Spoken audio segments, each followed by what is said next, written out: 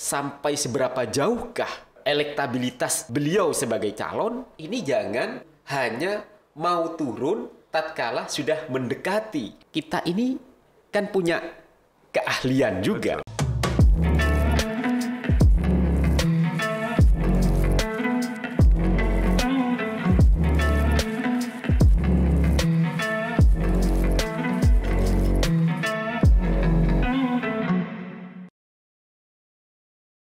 Assalamualaikum warahmatullahi wabarakatuh, sahabat Singkong dan Kopi. Alhamdulillah hadir kembali kita bersama-sama, dan hari ini luar biasa. Sahabat saya Mas Bayaki, Assalamualaikum warahmatullahi wabarakatuh. Mas Bayaki. Waalaikumsalam warahmatullahi wabarakatuh. Allah, terima kasih rawuhnya. Sahabat Singkong dan Kopi, tidak lengkap rasanya kalau kita tidak menghadirkan putra-putra daerah, orang-orang yang sudah berpotensi dan punya keahlian yang skill, yang sekarang terus makin tumbuh dan makin maju. Saya hadirkan Mas Bayaki yang sekarang menjadi direkturnya, owner daripada RC. Monggo, RC artinya RC apa, terus kemudian bergeraknya bagaimana, silakan. Terima kasih, saya ucapkan terima kasih bahwasannya RC ini adalah Akurat Research and Consulting Indonesia. Oke. Artinya yang bergerak dalam bidang penelitian, baik itu survei, kepuasan publik, maupun tingkat elektabilitas, popularitas terhadap tokoh, terutama tokoh-tokoh yang berpotensi ingin maju, baik itu pilkada, pemilihan legislatif, maupun pemilihan presiden. Oke, Mas Bayaki, kapan RC ini sebagai konsultan resminya didirikan? RC ini didirikan pada resmi didirikan pada tahun 2019. 2019. Betul. Oke. Ya. Kan ada asosiasinya itu ya. Apakah RC sudah juga masuk di asosiasi di konsultan untuk research itu? Kebetulan kami dalam hal asosiasi kami lagi mendaftar kepada lembaga asosiasi. Kebetulan RC ini, kami berdirinya RC ini dari sekelompok teman-teman, baik itu dari aktivis maupun dari akademisi, menjadi satu. Bagaimana sih kita mensikapi politik yang ada di Jawa Timur, khususnya pada waktu itu. Oke. Jadi RC waktu itu didirikan untuk mengambil momen pada saat Pilpres, Pilkada, dan lain sebagainya. Tepatnya di tahun 2019. Langsung tancap gas RC. Sahabat Singkong dan Kopi, ternyata dari ngobrol-ngobrol beliau bersama kawan-kawan beliau, baik itu kawan-kawan pergerakan, terutama ya, kawan-kawan akademisi, dan saya pada saat itu sempat diajak ngopi sama beliau, dan saya melihat, wah, di kawan-kawan luar biasa, dan ternyata kawan-kawan pilihannya tepat. Kawan-kawan tidak di jalur politik, tetapi kawan-kawan menjadi tidak pemerhati dan peneliti. Gimana nih impiannya dulu nih? Mau kok bisa pilihan jadi seorang konsultan? Dulu cita-citanya Mas Bayaki jadi apa sih?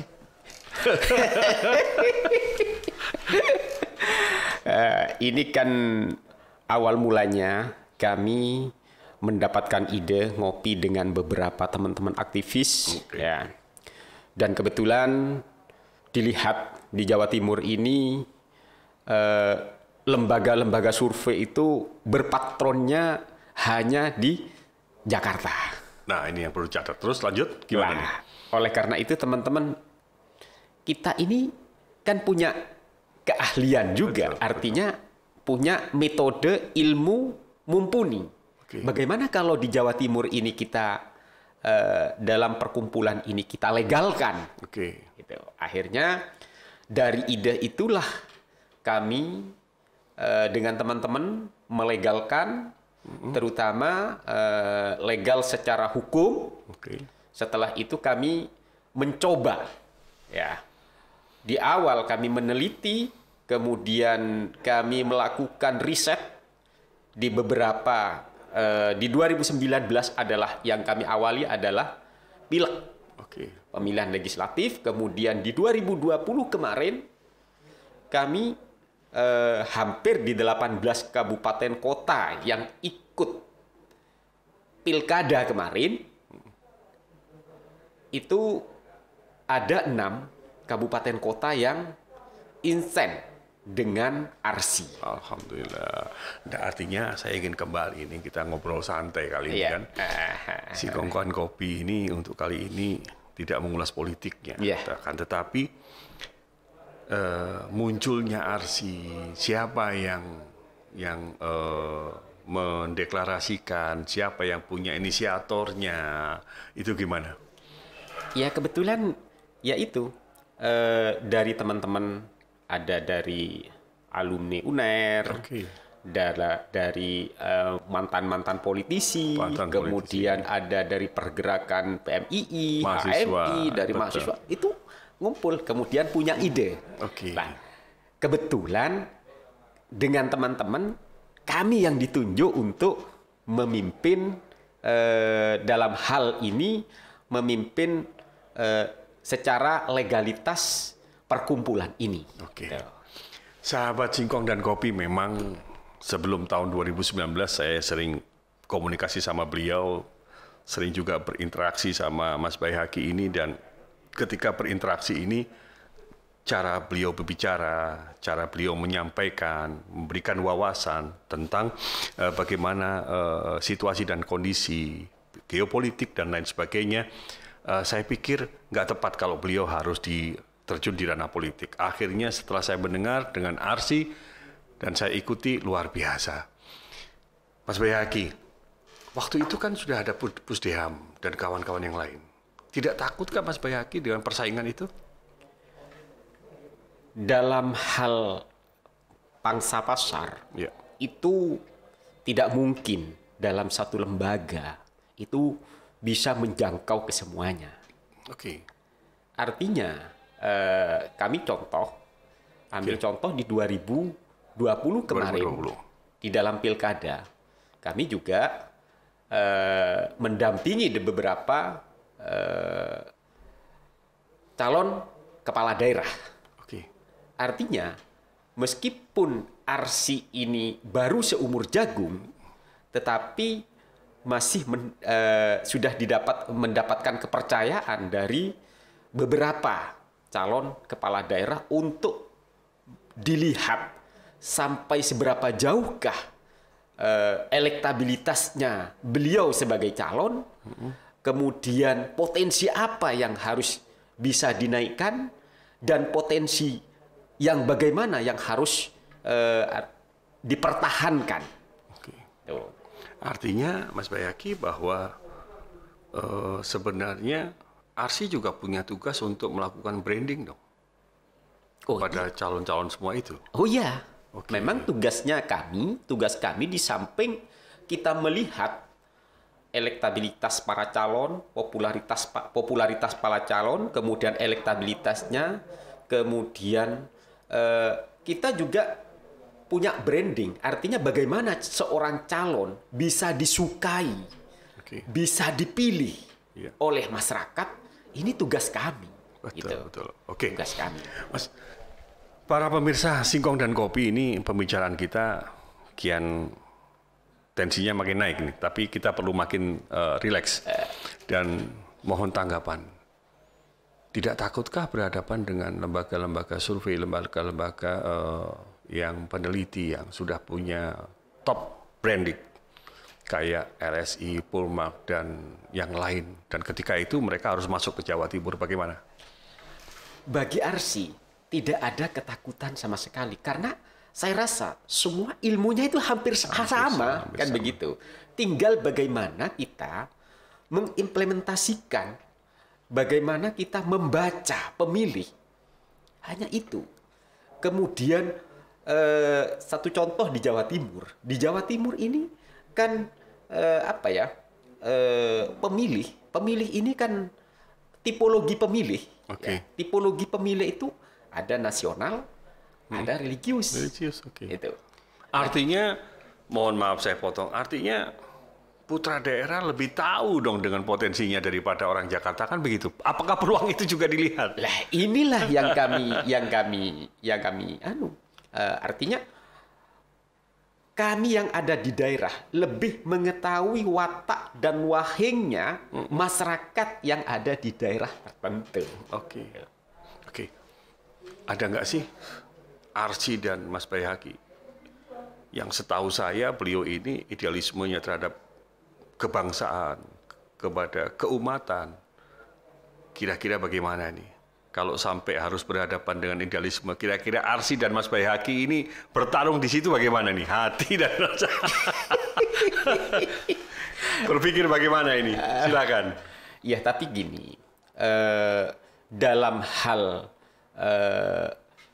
peneliti, kita tidak boleh bermain-main dari hasil. Apapun hasilnya, meskipun itu pahit, katakanlah, ya kita harus kita sampaikan. Gitu. Kalau memang katakanlah ada satu calon, seseorang calon, kemudian potensinya sangat rendah, kemudian mau dinaikkan, ya tidak bisa. Tetap tidak bisa. Artinya tetap kita berpedoman terhadap kaidah-kaidah ilmiah. Oke.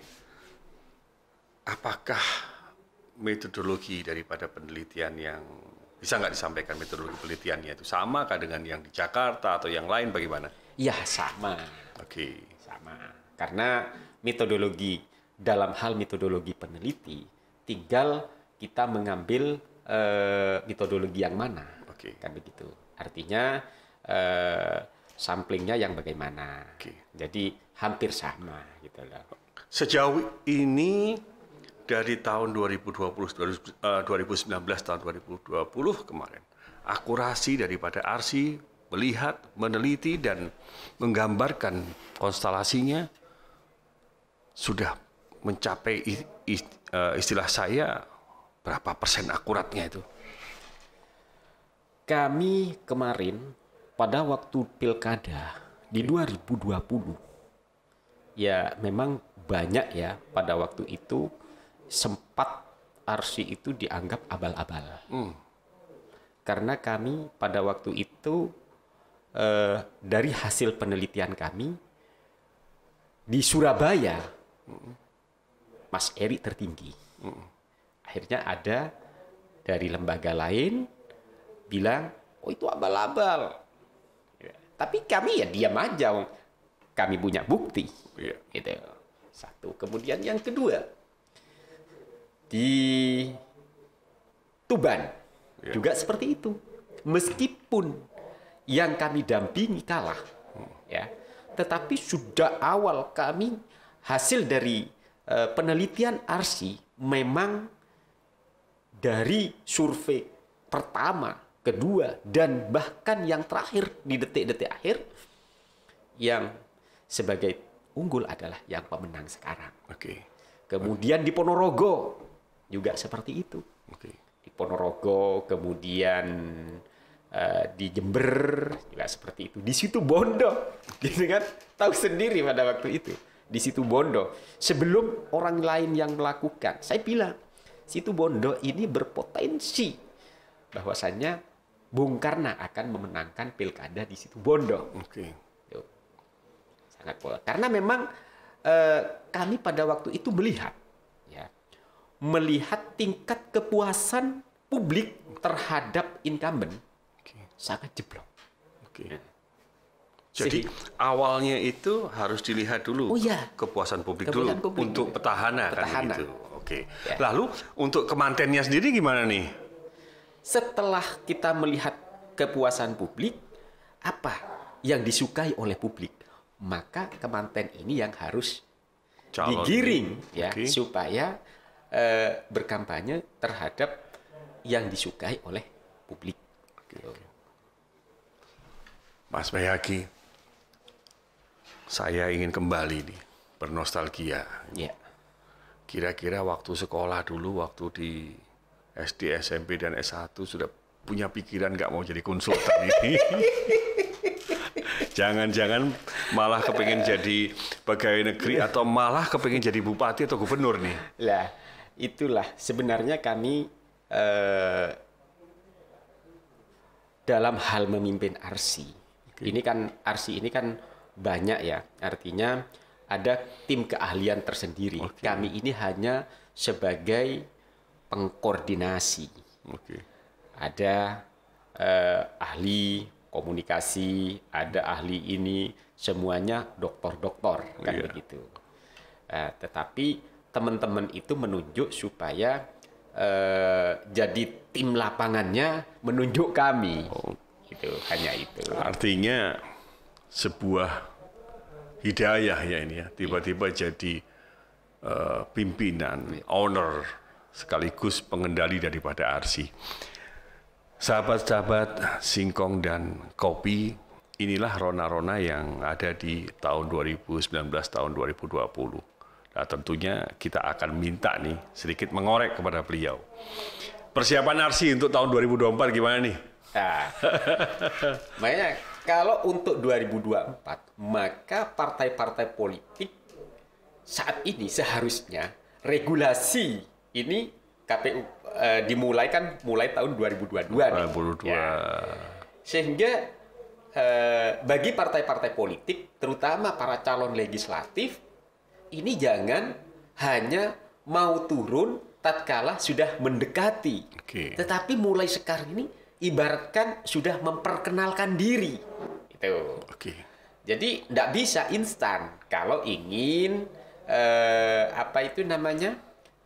tingkat keterpilihannya bisa menyaingi dan bisa memenangkan.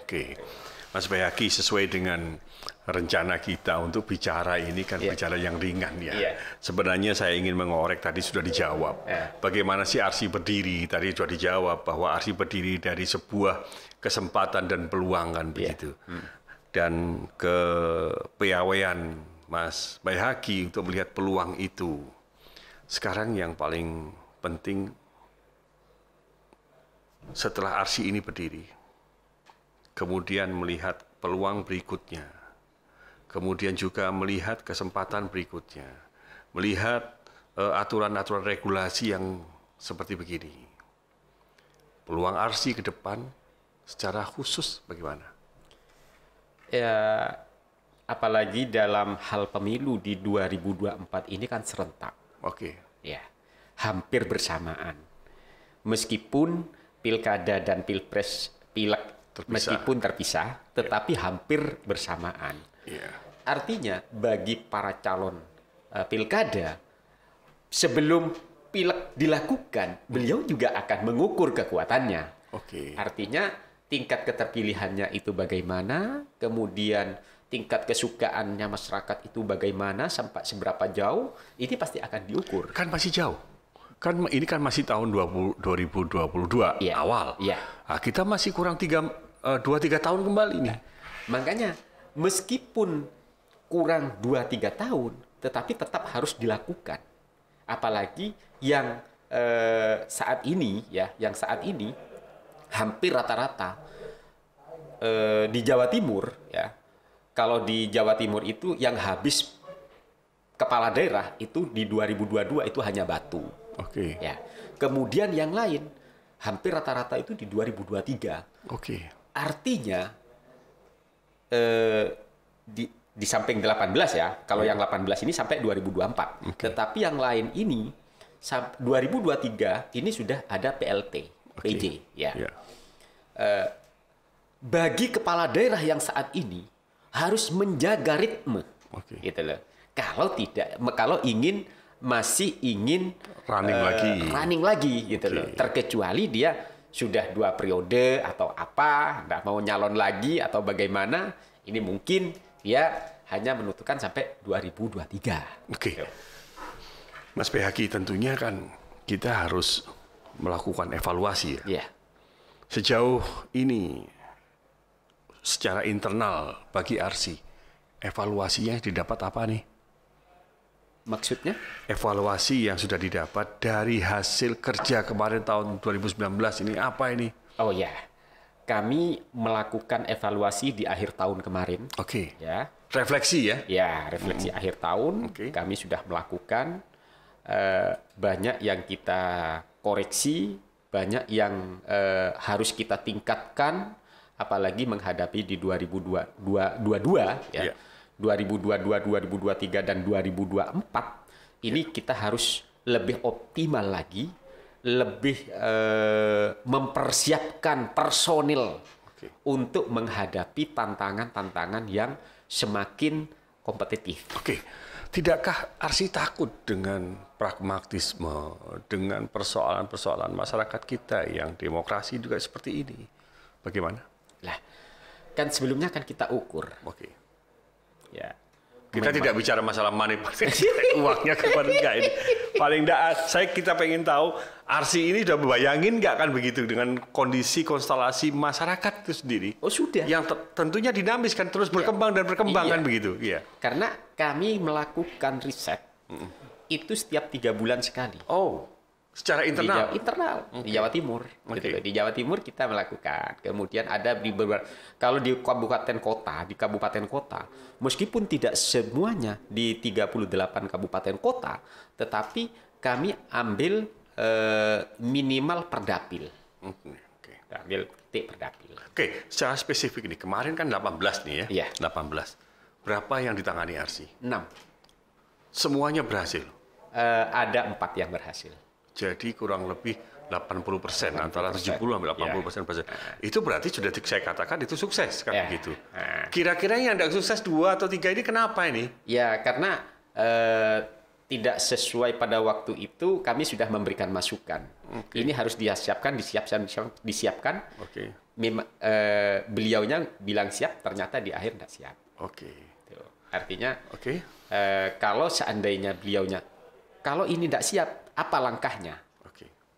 Kita punya langkah. Artinya kan artinya kliennya panjenengan kan harusnya harus terbuka kan? Ya, seharusnya dari awal terbuka kan begitu. Ya. Selain itu, tentunya Arsi juga punya tanggung jawab untuk pendidikan politik kepada masyarakat. Ya. Apa yang dilakukan Arsi? Begini, memang di Indonesia ya, kalau demokrasi seperti ini, maka tingkat money politiknya tinggi, selalu terus berkembang.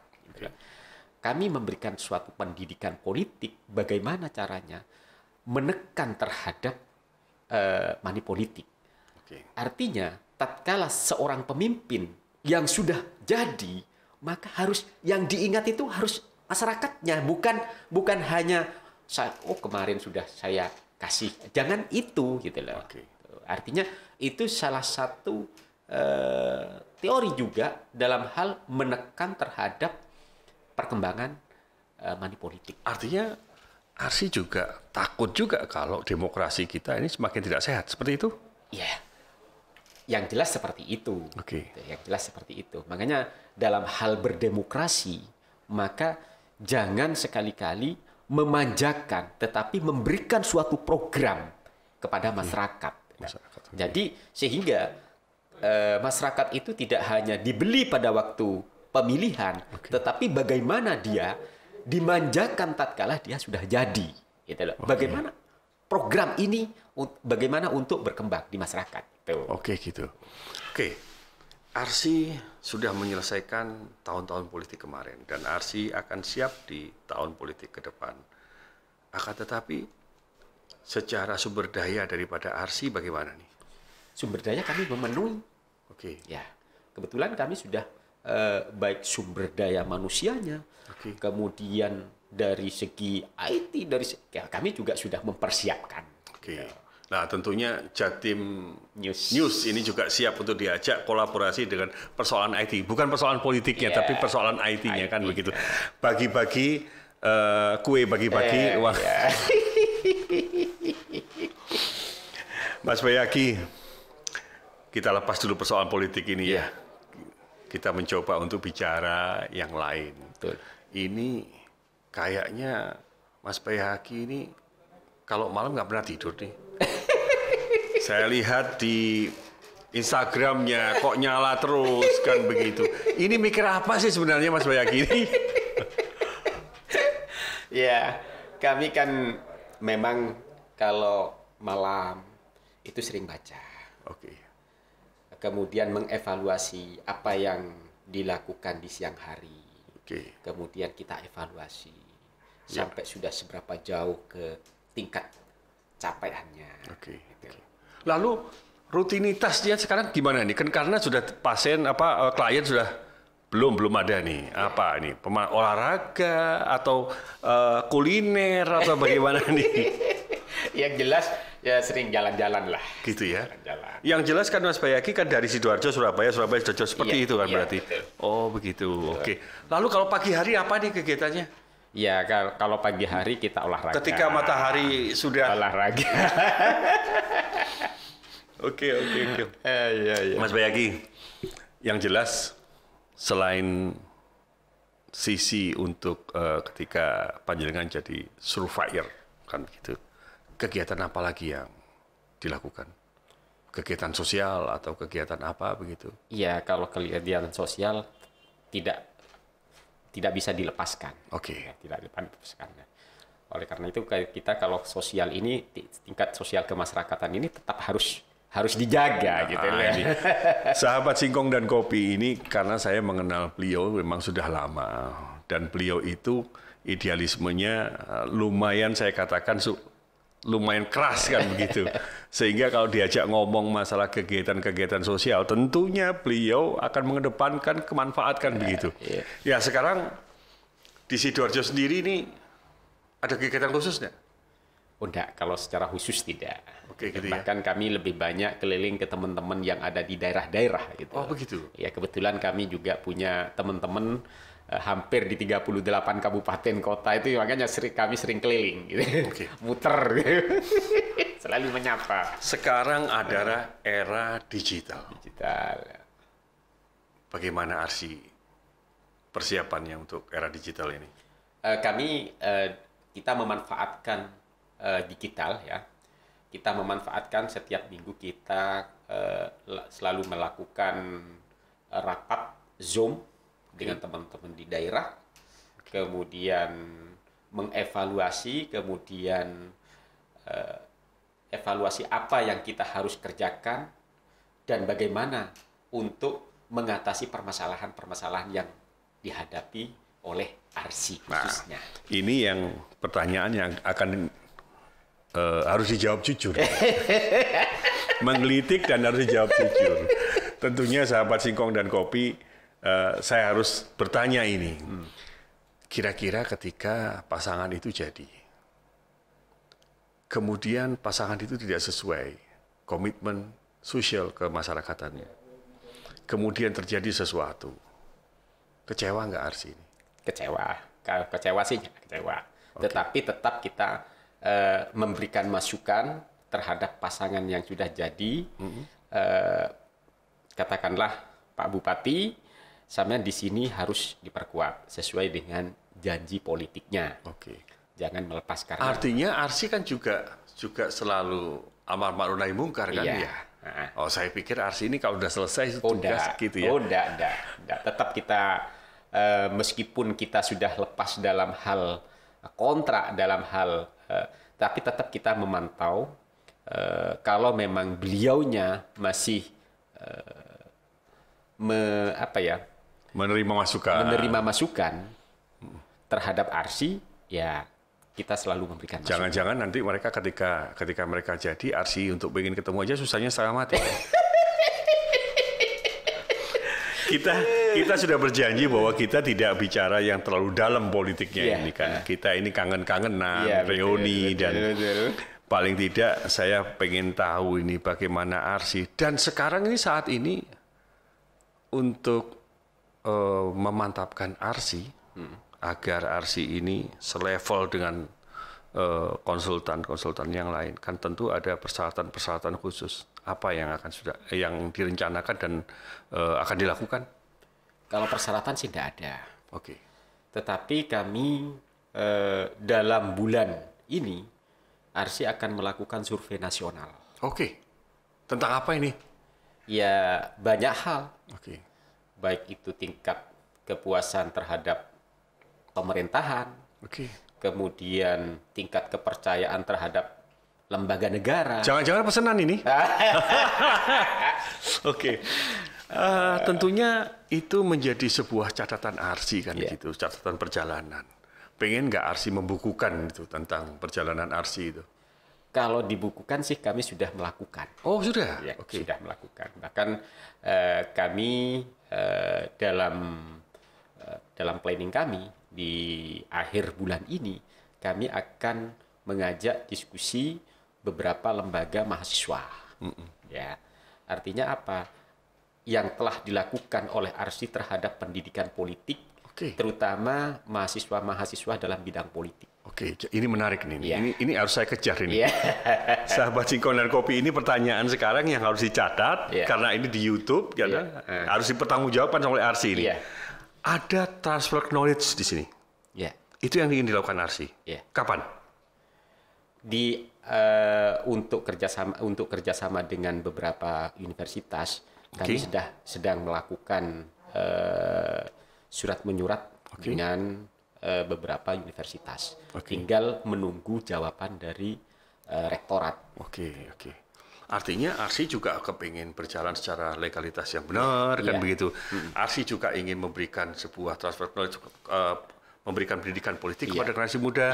ARSI juga kepingin memberikan kesempatan untuk mereka praktekkan begitu. Betul. Selama ini ARSI berpikir terhadap kaum muda kita, kaum milenial kita. Apakah ARSI sejauh ini sudah melihat bahwa mereka sudah siap untuk berkiprah di tahun 2024? Saya rasa begini, terutama milenial ya. Milenial ini jumlah pemilihnya akan besar. Artinya potensi-potensi yang sangat luar biasa bagi milenial. Sehingga kami harus menggandeng terutama milenial. Kebetulan ARSI ini rata-rata ya hampir milenial semua. Oh, luar biasa. Terutama ya yang tenaga-tenaga penggeraknya. Tetapi tetap kita ada tenaga-tenaga yang ahli, paling enggak meskipun umurnya di atas 50, tetapi beliaunya selalu memberikan support.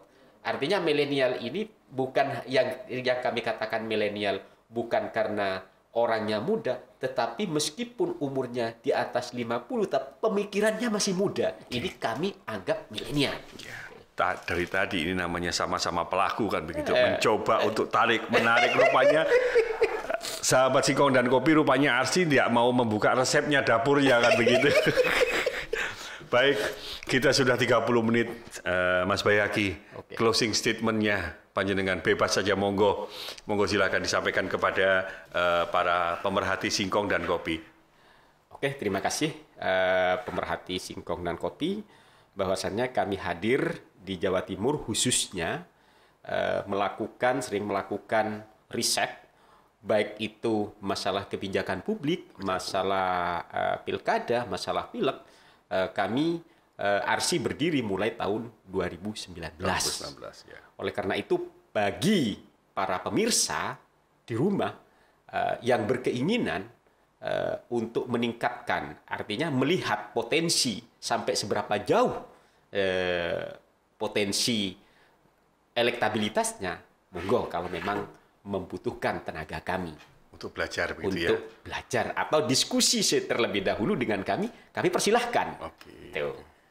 Terima kasih Mas Bayhaqi, rekan-rekan, sahabatku semuanya, bahwa di Singkong dan Kopi ini memang beragam pembicaraannya. Tetapi yang jelas bahwa kami mengajak ARSI ingin menunjukkan bahwa ini loh potensi putra daerah, kearifan lokal segalanya. Dan sekali lagi terima kasih atas perhatiannya. Wassalamualaikum warahmatullahi wabarakatuh. Salam Singkong dan Kopi. Salamnya begini.